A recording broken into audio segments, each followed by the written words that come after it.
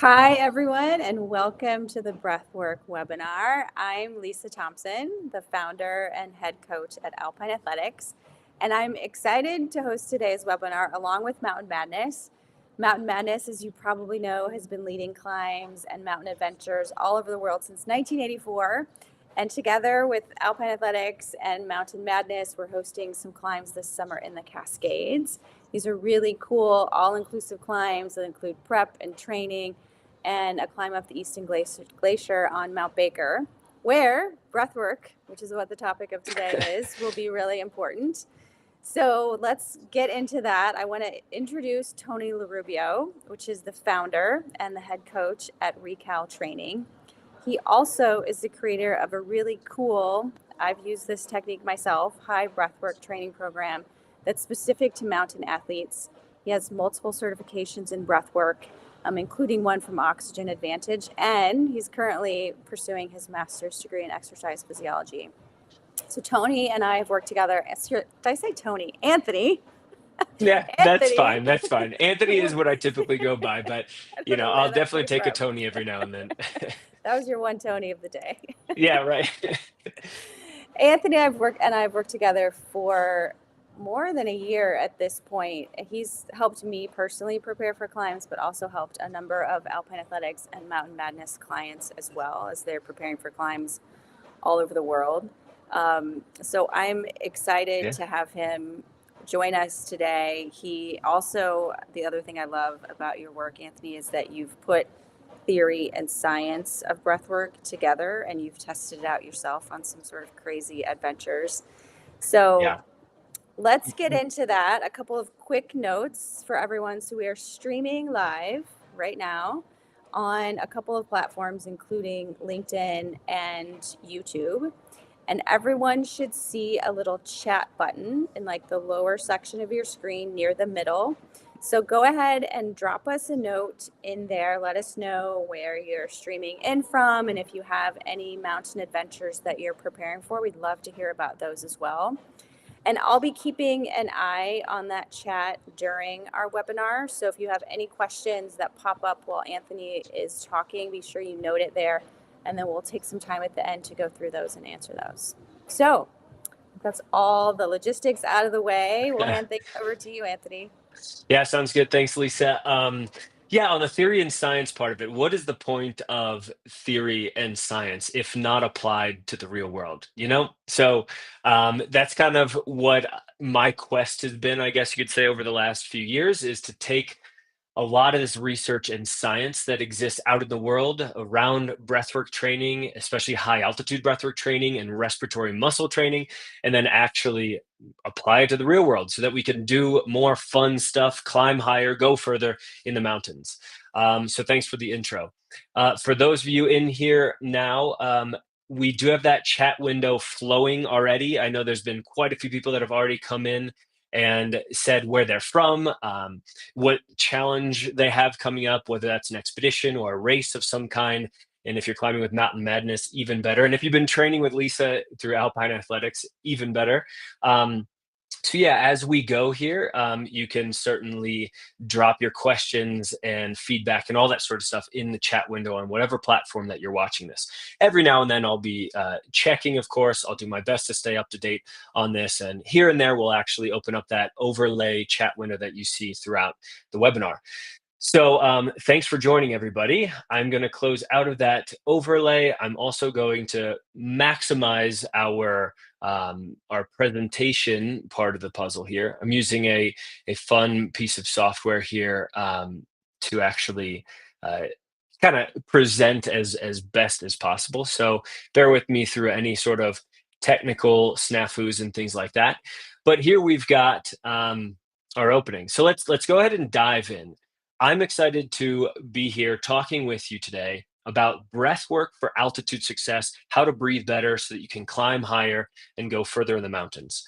And what I would like to open up our discussion today with a little article that was published in Outside Magazine by somebody who maybe some of you know who this is. This is an author named Alex Hutchinson.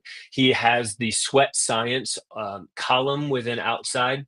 And this is what he has to say about breathing and high altitude.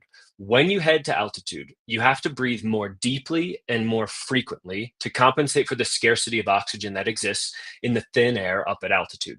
That means that these muscles you use to inhale, in particular, have to work harder than normal. In fact, those muscles consume 15 to 30% of the total oxygen that you'll inhale at altitude. And those muscles eventually get tired, of course. So, training these muscles should prepare you to handle that extra workload of breathing at altitude. So, I think that helps position the conversation that we're going to have today nicely in what the value is in and what the challenge is, even more than anything, in that what we face at altitude. So here is our agenda for today. What we're going to go through is what challenges your respiratory system faces at altitude.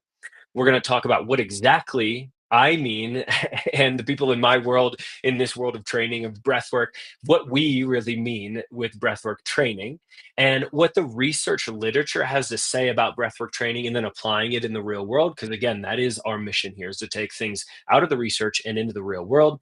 You today, over the course of the next 53 minutes, because we're going to run for about an hour and then we'll open up to Q&A, you will actually do some breath assessments, and you'll find out about how it is that you breathe and how maybe ready you are to take on some high altitude endeavors, or at least how your breathing might be either favoring and helping you, or possibly hindering and not so favorable for your endeavors that you have in the mountains. You'll also get a taste of the training. I will coach you through a few exercises today. So this is going to be pretty interactive. And then I will finish with what you can actually do from here moving forward. So that's the plan that we've got today. Just to give you a little bit more background on who exactly this Tony guy is that's speaking in front of you. Just kidding. I do normally go by Anthony. I'm just kind of making fun that Lisa called me Tony earlier. I am the founder of a company called Recal, which is short for recalibrate, as in recalibrate the way that we breathe, the way that we train to take on our mountain endeavors. Along the way of founding my company, which has our roots actually really in mindfulness as well as adventure travel, what I found was the type of adventure travel people, at least in my neck of the woods and my type of clientele that came to Recal, the type of adventure travel that they latched onto was summiting high mountains. And the type of mindfulness that they latched onto closest as well was breathwork training.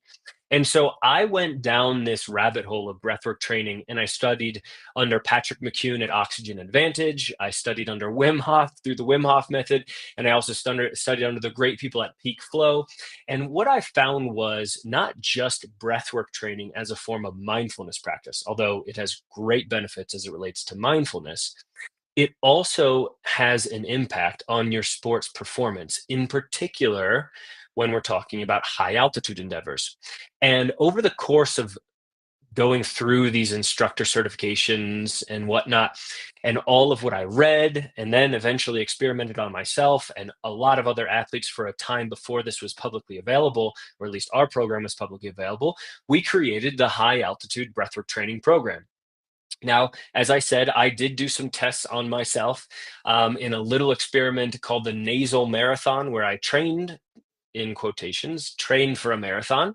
Um, Prior to that, I had never run more than like 5 or 6 miles at a single time in my life, but I trained using breathwork training only. And I did not do much running at all to prep for this marathon. And then when I ran the marathon, I actually taped my mouth shut and I breathed entirely through my nose. Now, I'm not recommending that everybody goes and does this by any means, but I learned a lot about the types of, in particular, endurance adaptations that you can make in your body as it relates to breathwork training that you can do. And obviously, I learned about the power of nasal breathing as well.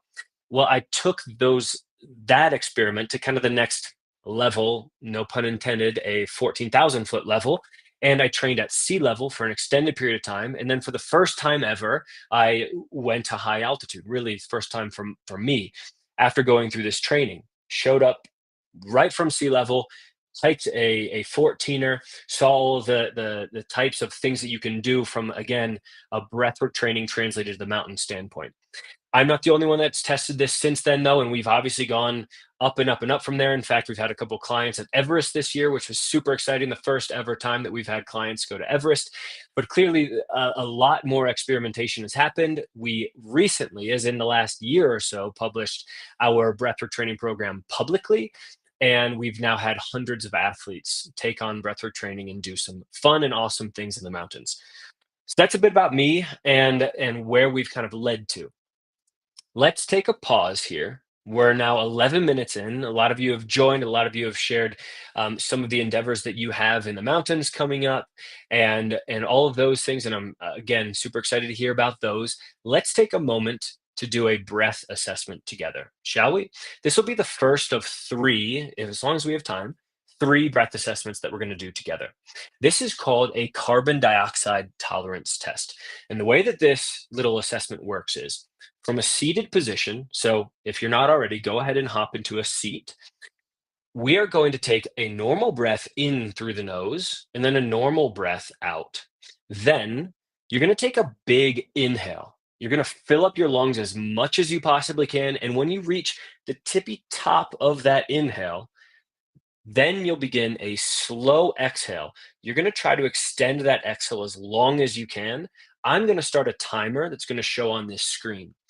As you extend the exhale, basically you're trying to exhale as little amount of air as possible for as long as possible.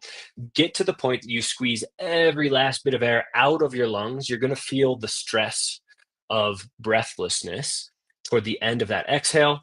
Once you've gotten all the air out of your lungs, or you just have to take a new breath, take a note of the time that's on the screen, and that is going to be your personal CO2 TT score. So I'm going to show the screen now has the timer. Go ahead once again from a seated position. Let's take a normal breath in through your nose and a normal breath out. And now begin that deep inhale. Fill up your lungs as much as you can. Fill up, fill up, fill up. And now begin that slow exhale. The air is just barely trickling out of your nose. And you're going to try to extend this exhale as long as you possibly can.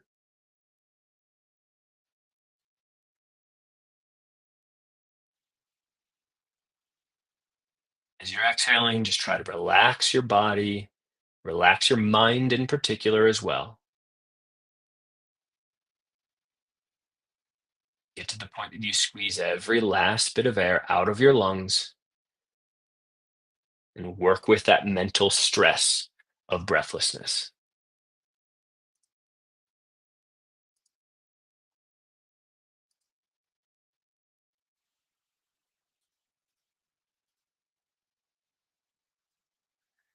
We are at 55 seconds. I'll let the timer run for just 10 more seconds.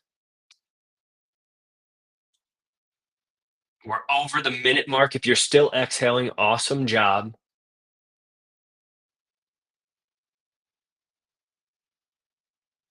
And I'll stop the timer now. So, if you're still exhaling, by the way, good for you. That's a nice job. Go ahead and take a couple of normal breaths just to recalibrate. Haha. Your breathing after that exam. That is the first of our breath assessments that we're going to do. Again, that is called the CO2 TT score. So, whatever time was on the screen when you ran out of breath or had to take a new breath, that is your own personal carbon dioxide tolerance test. Now, you might be wondering to yourself, how good was my CO2 TT, Anthony? What are the other assessments, and how can I ultimately improve on these assessments?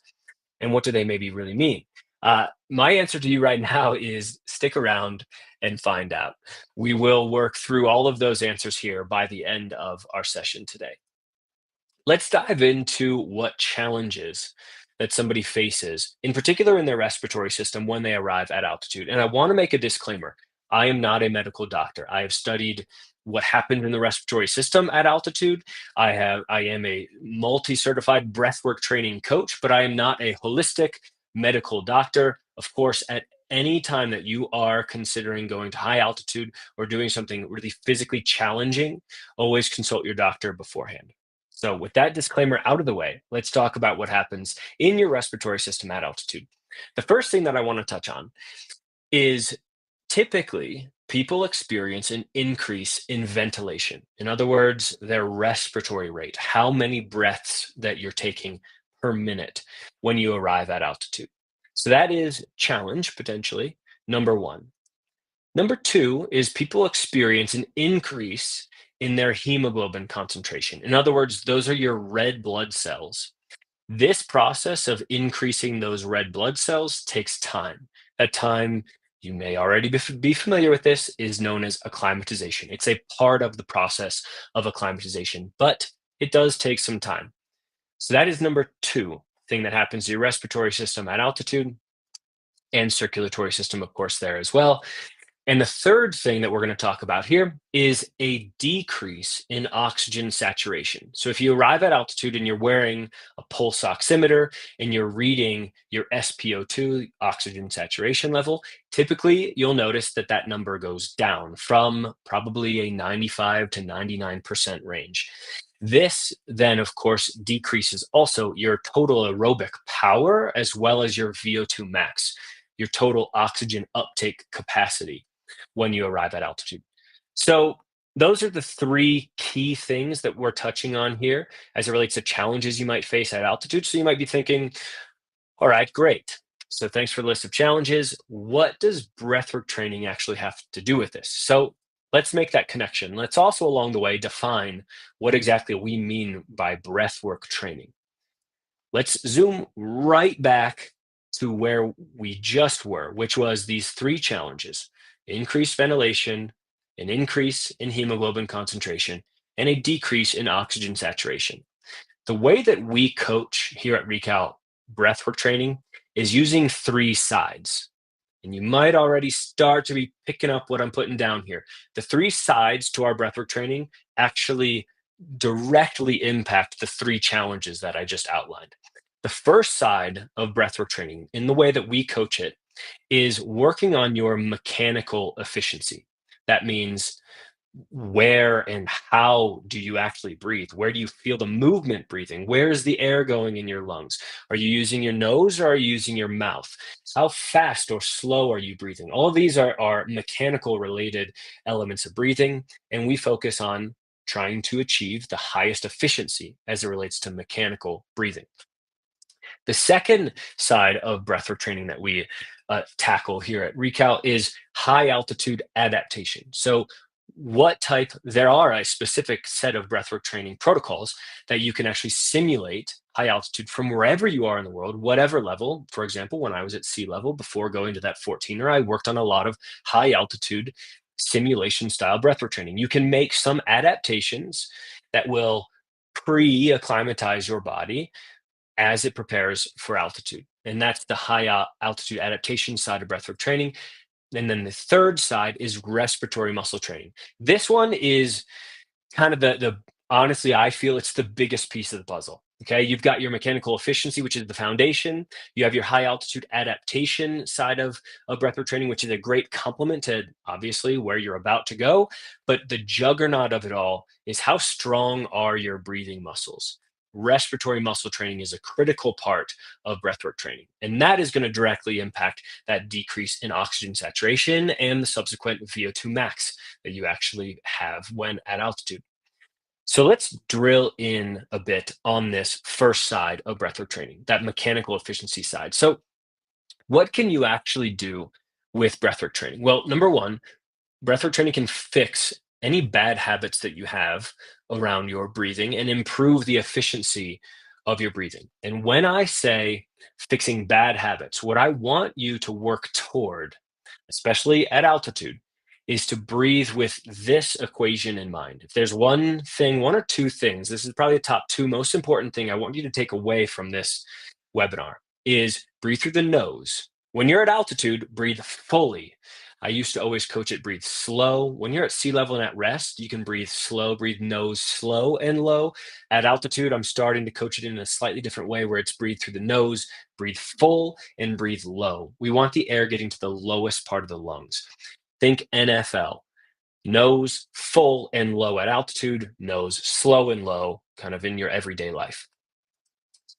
Number two, using breathwork training, you can eliminate the impact of dead space. That's basically underutilized space along your airway as it leads down into your lungs. There's a lot of air that gets underutilized or not utilized at all. We call that dead space. You can eliminate the impact of that dead space with each and every breath. And kind of related to that, you can increase your lung capacity and then using mechanically efficient breathing, actually use that full lung capacity. Number four, you can properly engage your diaphragm, intercostal muscles, as well as your abdomen. Those are the muscles designed to do your breathing. We can learn how to properly engage that with mechanically efficient breathing. And then lastly, we can eliminate overbreathing, which paradoxically, and I'll get into the science here soon, actually does not do your body a service. It actually lessens the oxygenation level of your body when you overbreathe. And again, in just a bit, I'll touch on the science behind that. Let's take a quick look into the literature, the research studies around mechanically efficient breathing. There was a study done a little while back that focused on slow, deep breathing at high altitude and what the subsequent oxygen saturation levels were for these test subjects. So, a quick overview of the study, some healthy lowlanders. That's low of them to call people lowlanders who live near sea level. They were climbing at 4,600 meters and then 5,400 meters. And at each of those elevation levels, they had their SpO2, their oxygen saturation levels, measured after and during 15 minutes worth of slow, deep breathing, AKA mechanically efficient breathing. And what they found in conclusion was that their SpO2 levels increased by 7.6 to 9.3%. So the focus here is that just by changing the way that you breathe and doing it more in a mechanically efficient way, you can immediately find results in an increased oxygen saturation at altitude. All right, let's zoom back out now. The second side of breathwork training is what we're going to zoom into here, and that is that high altitude adaptation piece of the puzzle. Again, this is related to increasing your hemoglobin concentration or red blood cell count during acclimatization time on the mountain. Using something called intermittent hypoxic hypercapnic training, which translates simply put to intermittent, going back and forth into hypoxic, meaning low oxygen. Most of you probably know that word already. Hypercapnic, hyper meaning high, capnic meaning carbon dioxide. So high carbon dioxide training, also known as high altitude simulation training, you can begin that process on your own from wherever you are in the world to increase your hemoglobin concentration. That then can subsequently result in a higher VO2 max, that total oxygen uptake capacity that you have. The second thing that you can do using this specific high altitude simulation style breathwork protocol is increase your carbon dioxide tolerance. Now, why is that important? You are going to hear me talk a lot about carbon dioxide tolerance here during the course of this webinar. And that is because it is extremely important when it comes to breathing. That feeling that you get when you're out of breath, whether you're exercising or maybe you just held your breath and tried to swim under the water as far as you could, that feeling of being out of breath is not a result, 99 times out of 100, is not a result of a lack of oxygen in the system. It is actually a response of the body to the rise in carbon dioxide. So, simply put, if you can increase your tolerance to carbon dioxide, you will then feel less out of breath. Feeling less out of breath will then decrease a very important endurance metric called rate of perceived exertion. Your body and mind are intimately connected when it comes to endurance. If you feel like you're exerting a lot of energy and your breathing has a lot to do with that, how many times you're breathing, if you feel like you're exerting a lot of energy, you're not going to go as far. But if you can decrease that RPE, rate of perceived exertion, that directly results in all the studies around endurance in more endurance. And the last piece of this puzzle around CO2 tolerance is you can prevent overbreathing. And I told you I would touch on a bit of the science of this, simply as simple as I can make it at least. When overbreathing and you're offloading carbon dioxide very, very quickly, what you're doing is you are increasing the pH of your blood. Well, the hemoglobin that you have in your blood, those red blood cells have a protein called hemoglobin. This is the protein that actually latches on to the oxygen molecule and then swims around in your circulatory system and drops off that oxygen to the place that needs it most. Say, for example, your muscles. Say it's a calf muscle because you're trekking anywhere in the world, but at high altitude, for example. The oxygen molecule and the hemoglobin has a certain affinity or a certain connection level, okay? In a high pH environment, that connection is very strong. In other words, the hemoglobin doesn't really release the oxygen very easily in a high pH environment. Remember what I said. When you're overbreathing, the pH of your blood is higher, very slightly. It could be 7.45, even if 7.5 if you're really overbreathing. But in a slightly lower pH environment, lower than quote unquote homeostasis, maybe that's 7.35 or so, even 7.3, that's more acidic. That pH level has been shown to decrease the affinity between the hemoglobin and the oxygen. In other words, your hemoglobin will more easily deliver oxygen throughout your body in a slightly lower pH environment. How can you achieve a lower pH environment? By increasing your tolerance to carbon dioxide. So that's as thanks for bearing with me as I tried to explain this particular scientific piece. Hopefully that made sense. If it didn't, please do drop a question in the chat window. I, of course, am happy to try to answer as many questions as we can get to throughout the course of our webinar here. So let's dive into the literature that was shown on high altitude simulation, and specifically we're going to touch on this intermittent hypoxic hypercapnic training and its impact on hemoglobin concentration and subsequent, of course, VO2 max. So there was a study done with people living at sea level. There's a lot of studies done with people at sea level. And over the course of 3 times a week for 8 weeks, they spent 30 to 45 minutes doing this intermittent hypoxic hypercapnic training. Again, that's low oxygen, high carbon dioxide, high altitude simulation style breathwork training. As a result of doing that 3 times a week for 8 weeks, what they found was these athletes, specifically swimmers in this case, they were able to achieve a 5.35% higher hemoglobin concentration level, which resulted in a nearly 11% increase in VO2 max.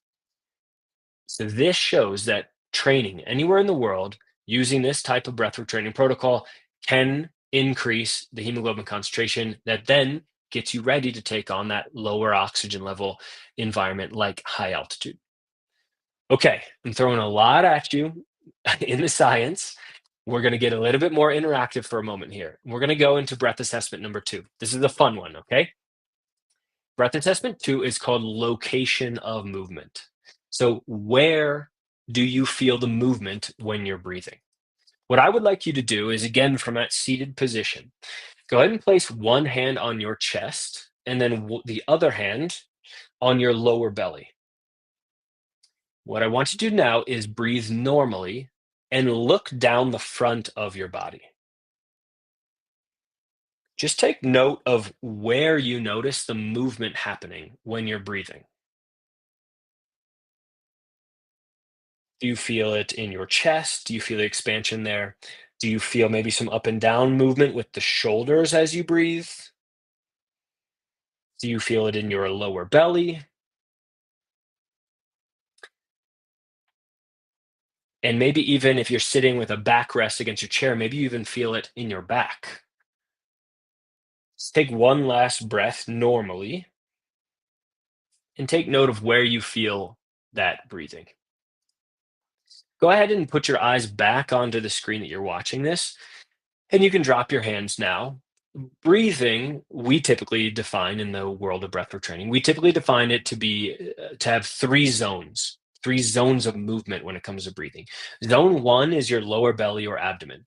Zone 2 is the mid chest, rib cage area. Zone 3 is upper chest and shoulders area. I have a question for you. Which zone did you feel your own movement?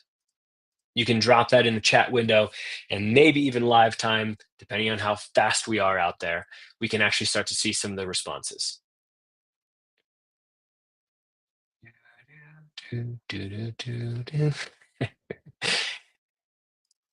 Zone 1, Zone 2, or Zone 3? Lower belly, mid chest rib cage area, or upper chest? We have a Zone 1 from Krillin31. I have a second question for you. Awesome. We've got some ones coming in. That's great. I have a question. Which zone do you think is the most optimal place to feel breathing? So, not necessarily what you felt, but which zone do you think is the most mechanically efficient style of breathing? We've got another one. Maybe that was your own, Nicholas, or maybe that was your answer to which one is best. I don't know which one, but either way, that is what we want to see. I see a lot of zone ones. The most mechanically efficient breath is done in that lower belly abdomen space. And I know I touched on that earlier with the nose full and low concept, L being low. When breathing, the most mechanically efficient way to breathe is low into the ribs. This is where most of your gas exchange actually occurs into the bloodstream. So, thank you for entertaining me on breath assessment number 2. Let's jump back into where we were. And that is with that third side of breathwork training. Again, this is that juggernaut, as I like to consider it, of breathwork training, respiratory muscle training. Now, what do I really even mean when I say respiratory muscles? In particular, when I say that, I'm referring to your diaphragm, which, if you see on the screen here, it's that dome-shaped muscle. This doesn't look so much like a dome in this image, but it is a dome-shaped muscle just beneath your lungs. It goes 360 degrees around your thoracic cavity, and then also your intercostal muscles, the muscles in between each rib bone and your rib cage. And then there are also other muscles like your abdomen muscles or your primary exhalation muscles. These muscles that you see here are your primary inhalation muscles and some secondary ones along the way. But this is what I'm specifically referring to with those respiratory muscles. With training these muscles in particular, what you can do is number one, you can maintain, this might be interesting for you to hear, you can maintain a higher blood oxygen saturation level at high altitude by training your respiratory muscles. And we'll get into some of the science and studies that have shown that. Number two, you can reduce respiratory muscle fatigue, also known as the metaboreflex reaction in the body. This is basically where your body, your respiratory muscles fatigue. It it causes your body to consolidate the blood flow into your core and not out to your locomotor muscles.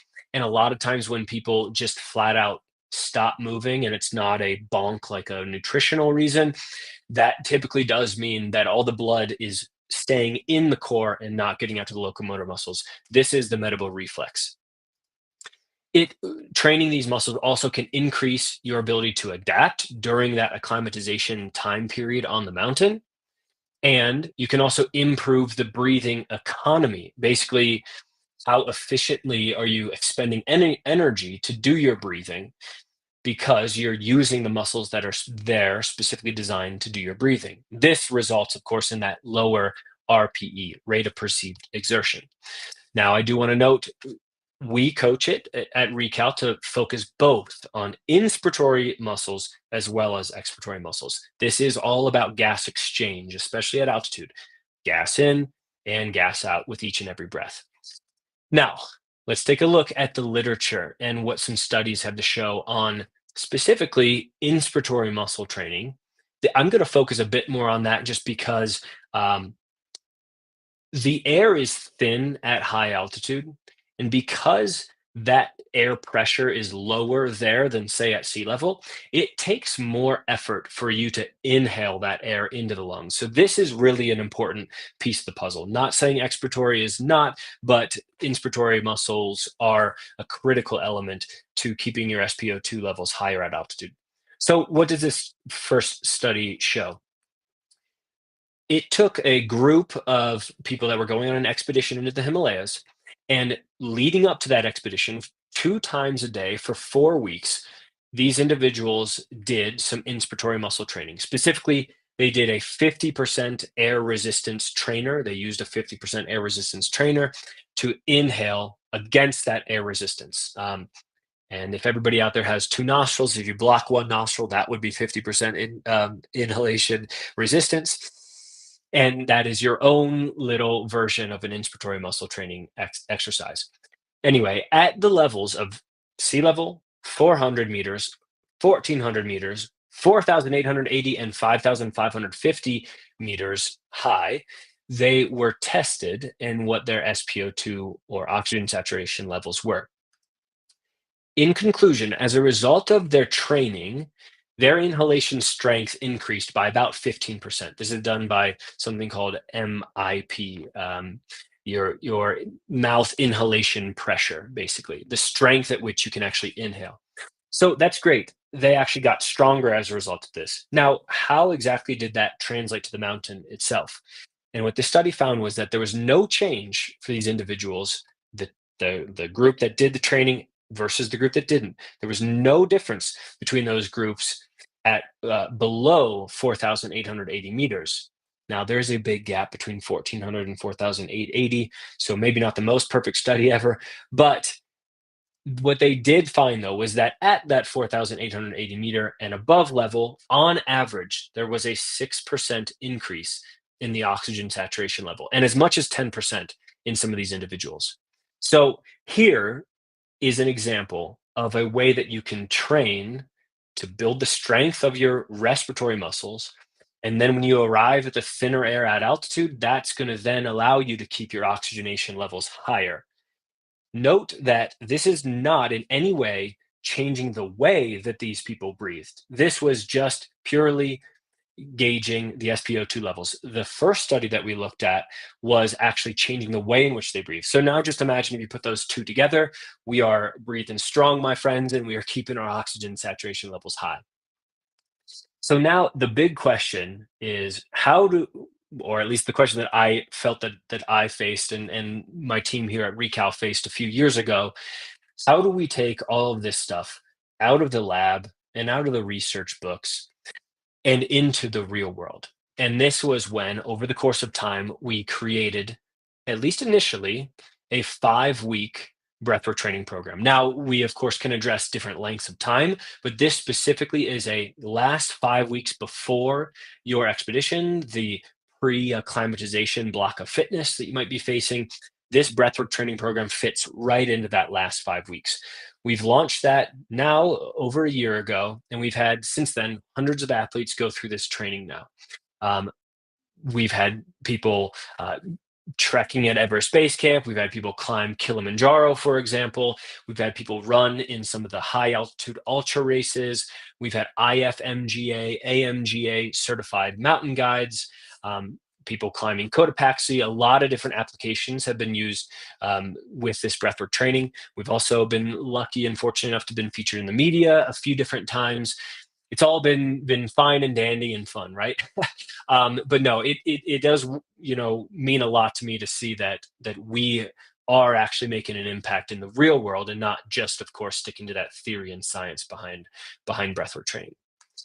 So for the duration of the rest of our time, what I want to do with you is actually train you in doing some breathwork training, right? I want you to finish out those breath assessments. So we'll do that third one. And then I want to actually coach you through one exercise that will help you with your carbon dioxide tolerance. Remember that critical component of breathwork training.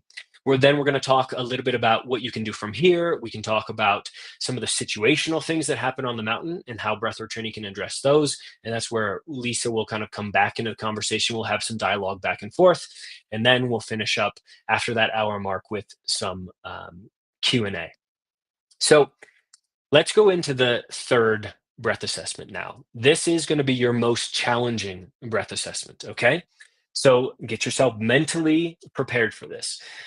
This is called a maximum breathlessness test. By the way, if you don't want to do this, no problem. If you're also sitting in your office and you think it'd be a little weird to This involves walking around while holding your breath, by the way. If you think you'll feel a little weird doing that, no problem. Just sit this one out. Maybe just observe how I'm coaching it and then do it on your own. But this is called a maximum breathlessness test. The way that this works is from a standing position to begin, you're going to take a normal breath in, a normal breath out. At the bottom of that passive and natural exhale, you're going to pinch your nose and hold your breath and begin walking. As you walk, count your steps. The metric that we use for this assessment test is the number of steps that you can take on that one breath hold after exhalation. So I'm going to go ahead and guide you through this now. So for those of you that are joining me in this little endeavor of a breath assessment, go ahead and stand up if not already. Relax into your breathing. We're just going to take a couple of normal breaths together. So with me, go ahead and take a normal breath in and a normal breath out. We're going to do one more breath together. Go ahead and inhale normally and exhale. And at the bottom of that exhale, go ahead and pinch your nose, hold your breath, and begin walking. Count your steps along the way. For those of you walking and still listening, don't forget the number of steps that you take. It's going to be stressful at the end of this breath hold. Stay mentally sharp and remember the number of steps you take. Go as long as you can on this one held breath. Whenever you can't go any further, make your way on back. Give yourself that gratified breathing of recovery breaths and settle back in to the space that you're watching. So hopefully you all are done walking. I can't imagine anyone still walking at this point. So the number of steps that you took there is your personal MBT or maximum breathlessness test. So you might be wondering, all right, we've got the maximum breathlessness test, you have the location of movement, and then we also did that carbon dioxide tolerance test. What do your scores mean, and what are the range that we're shooting for on all of these? So here's a little chart, okay? Don't freak out too much in seeing the words dysfunctional versus functional. Stick with me here, let me explain. So the first metric you see on this assessment score range is something called a BOLT score. We did not do that breath assessment, but if you were to sign up for one of our trainings, of course, that is included. Or even if you just see some of the materials that we have on our community platform, there's a lot about the BOLT score. But what we did do was the CO2 TT and the MBT. If your CO2 TT was in the score range of 20 to 40, that's on the lower side, that may be a sign that you have some dysfunctional breathing happening, some habit that we need to clean up. If you're at 40 to 60, it's better, but still there's probably something that we can clean up. The threshold that I like to see with my clients and people that are out there doing high altitude endeavors is 60. If you're above 60, that's typically a sign that you have functional breathing habits. Same goes for your MBT, same exact range. It's just done in the number of steps. If you walked between 20 and 40 steps, that's on that low side. 40 to 60 is good, I guess you could say, or not good, it's fair. Above 60, we're in the good range. If you are out there and your goal coming up here soon is Kilimanjaro, for example, MIT Beaver, you said you're from Seattle, that's near sea level, you're climbing Kilimanjaro in September. If you have that goal, I would love to see you above an 80 on that CO2 TT and the MBT. It might seem like that is a very far way away, but trust me, making some of these adaptations actually comes fairly quickly, especially when it relates to carbon dioxide tolerance. These are attainable, and that's what you can do with some breathwork training. Of course, by the way, that second assessment was the LOM. We talked about that. We want you to breathe in that zone 1 area. The lower abdominal region is where the movement would be happening there. So let's do a little breathwork training exercise. Specifically here, we're going to do something called breathe light. This is directly related to carbon dioxide tolerance. So as I mentioned, the reason why somebody feels out of breath when exercising or even at high altitude, there is some oxygen at play there, but moving your body increases the carbon dioxide in the blood, and that sends your chemoreceptors in a bit of a tizzy, and they try to get you to exhale off that carbon dioxide. If we can train that CO2 tolerance, we can then feel less out of breath, which from there, then we can breathe more mechanically efficient because we're not just out of breath all the time.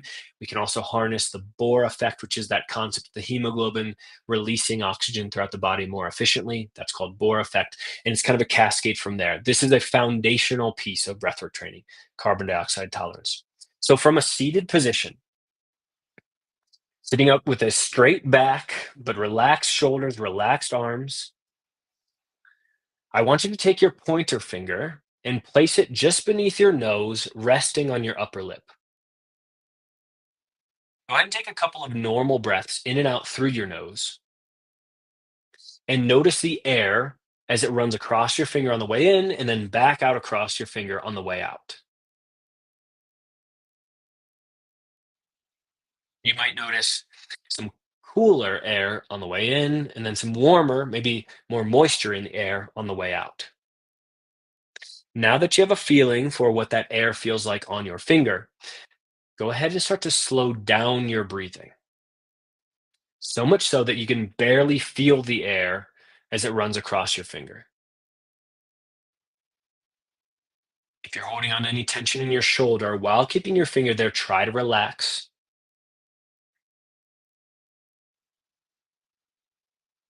And as you're breathing so slowly now, you can barely feel the air run across your finger.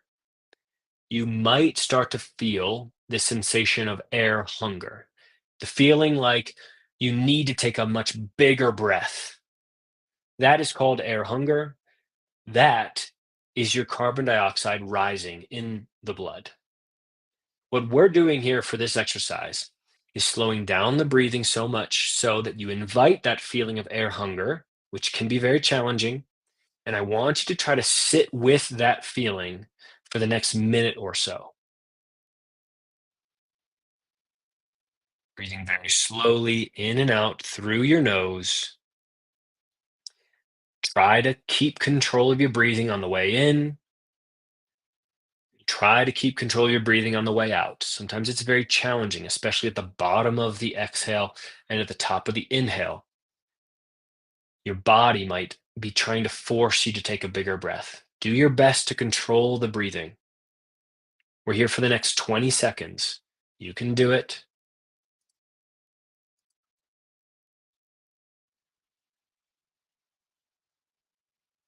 We've got just 10 more seconds. 5, 4, 3, 2, 1. Good. Go ahead and relax your finger away from your nose. Take a couple of normal breaths now to recover.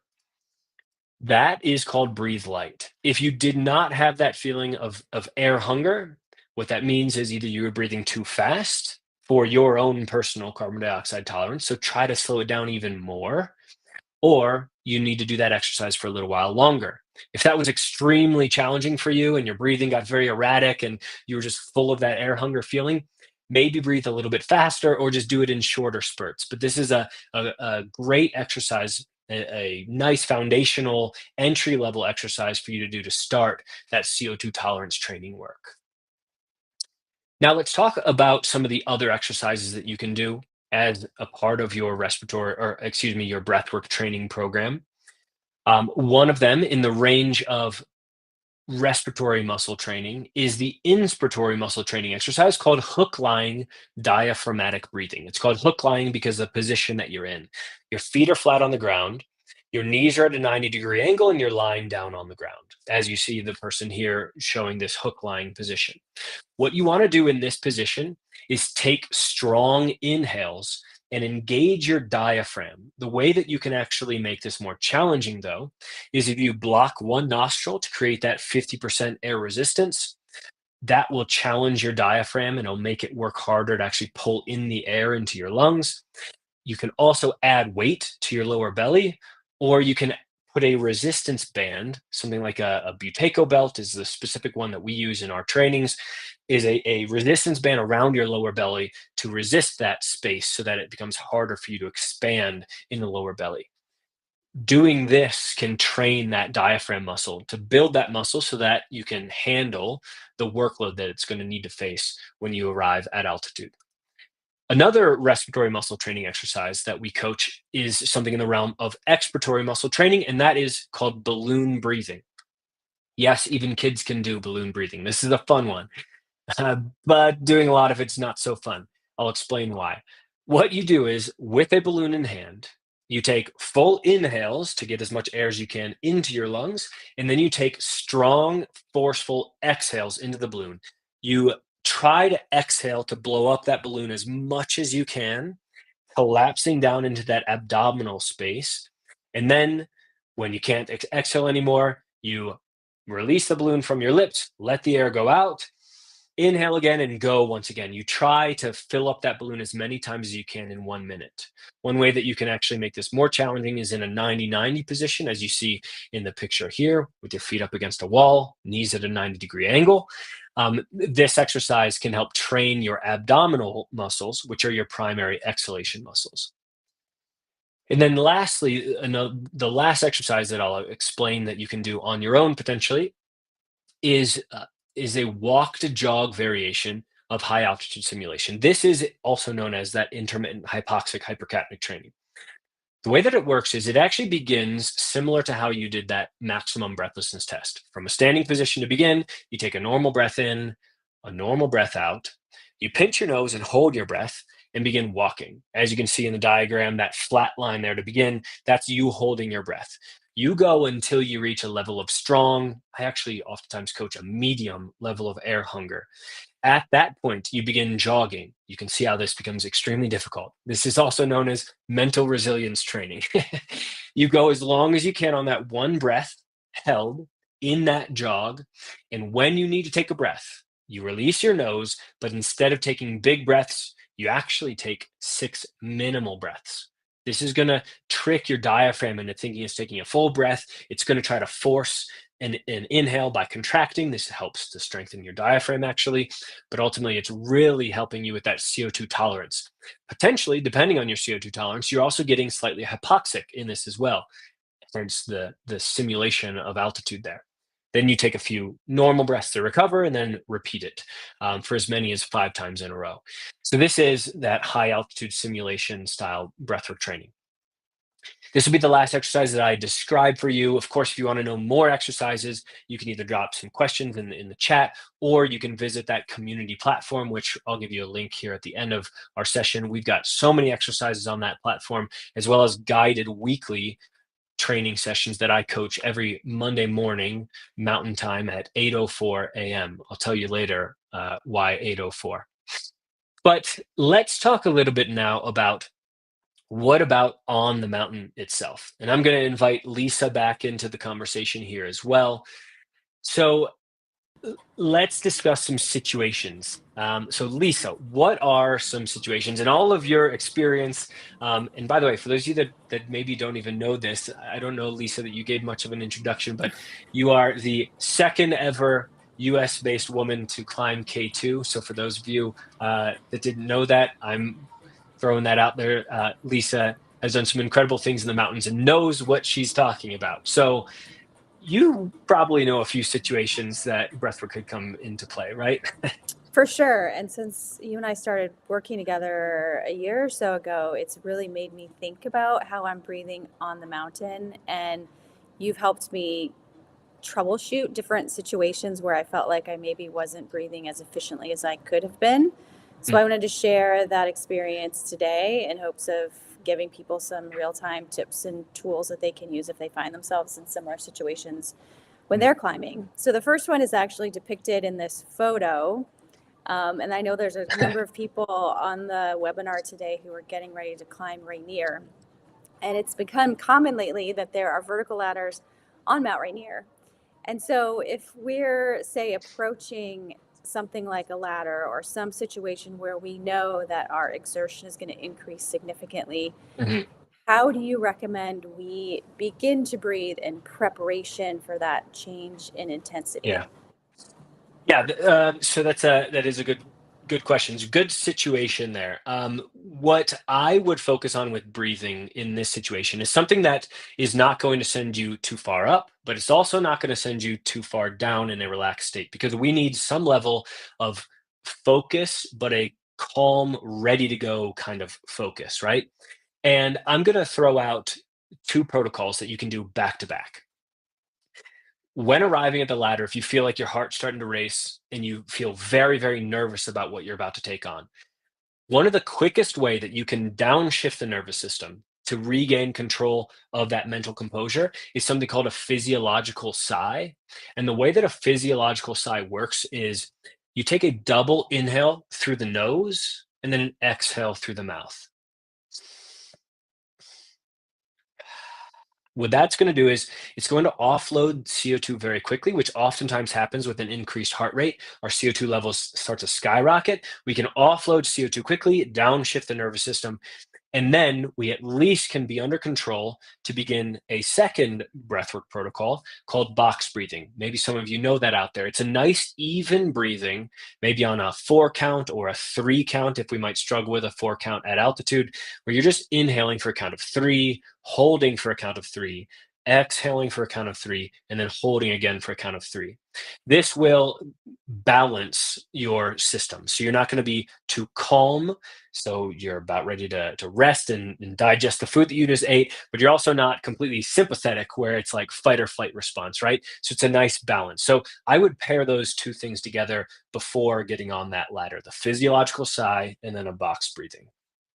And I love the physiological side because you and I have talked about this. Like you can use that like if you're in a meeting and things are getting tense or you're in an argument with someone, and that's a good way to just sort of calm things down a little bit. Yes, absolutely.